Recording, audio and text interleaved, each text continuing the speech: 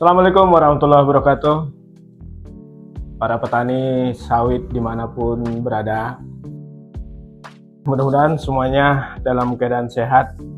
Saya Abdul Aziz, Ketua Umum Wartawan Sawit Nusantara yang disingkat dengan WSN, sekaligus juga CEO Elais Media Group.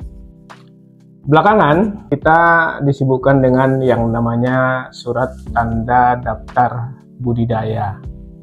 Ini kencangnya bermula dari Undang-Undang 39 tahun 2014 tentang perkebunan, yang kemudian juga banyak turunannya, mulai dari Permentan 98 tahun 2013, lalu ada lagi sampai dengan Permentan 21 tahun 2017. Belum lagi setelah adanya Undang-Undang Cipta Kerja, STDB ini terus digalakkan. Hanya saja mungkin teman-teman banyak yang kesulitan ini. Kenapa? Karena di beberapa daerah aturannya beda-beda. Ada yang harus ditandatangani oleh Bupati Wali Kota, ada yang harus Dinas Pelayanan Satu Pintu. Belum lagi teman-teman harus datang ke kabupaten atau kota. Di Kabupaten Seruyan, Provinsi Kalimantan Tengah, sejak 1 Agustus 2024, baru hitungan hari, Bupati di sana membuat kebijakan yang saya pikir luar biasa. Kenapa begitu? Karena sejak tanggal 1 Agustus tadi, kewenangan untuk menaikkan STDB itu sudah dilimpahkan kepada Dinas Ketahanan Pangan dan Pertanian Kabupaten Seruyan. Nah, ini menarik ini. Karena apa? Karena sudah kepala dinasnya langsung yang menandatangani. Dan satu lagi, petani nggak harus datang ke dinas atau ke kabupaten, cukup menyiapkan berkas-berkasnya lalu dimasukkan ke aplikasi yang sudah tersedia.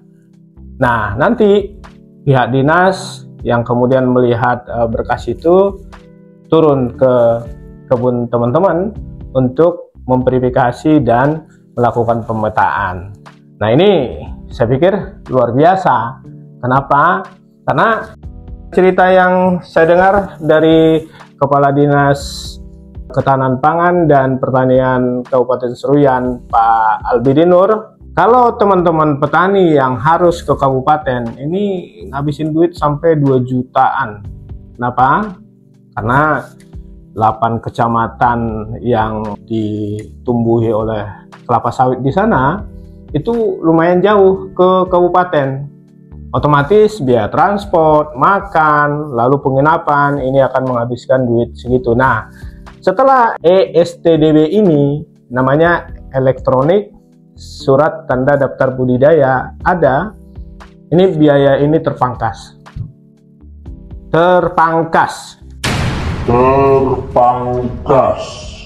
Dan teman-teman petani juga nggak repot harus ke kabupaten. Ini kan luar biasa ini. Seperti yang sudah saya katakan tadi, upaya pemerintah untuk menggalakkan yang namanya surat tanda daftar budidaya itu sudah terjadi sejak 2014 silam. Itu persis saat Undang-Undang 39 tahun 2014 tentang perkebunan lahir. Nah, undang-undang ini kemudian ditindaklanjuti dengan beberapa peraturan Menteri Pertanian, dan yang terakhir itu Peraturan Menteri Pertanian nomor 21 tahun 2017. Apalagi sejak munculnya Undang-Undang Cipta Kerja yang terbaru tahun 2023, terus juga keputusan Direktur Jenderal Perkebunan nomor 37 tahun 2024 membuat betapa pentingnya sebenarnya STDB ini. Nah, lalu ya yang saya katakan tadi lah, upaya pemerintah daerah untuk menjalankan peraturan tadi banyak terkendala oleh situasi seperti yang terjadi di Kabupaten Seruyan.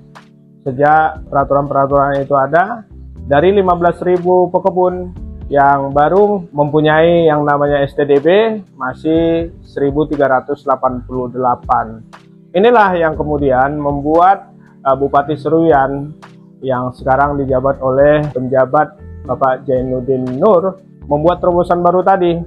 melimpahkan kewenangan pembuatan dan penandatanganan STDW ini kepada Kepala Dinas Ketahanan Pangan dan Pertanian Kabupaten Seruyan. Dengan adanya pelimpahan kewenangan itu, Kepala Dinas Ketahanan Pangan dan Pertanian Kabupaten Seruyan, Bapak Albini Nur, yakin kalau 15.000 pekebun sawit yang ada di daerahnya pada 3-5 tahun ke depan itu telah memiliki STDW semua.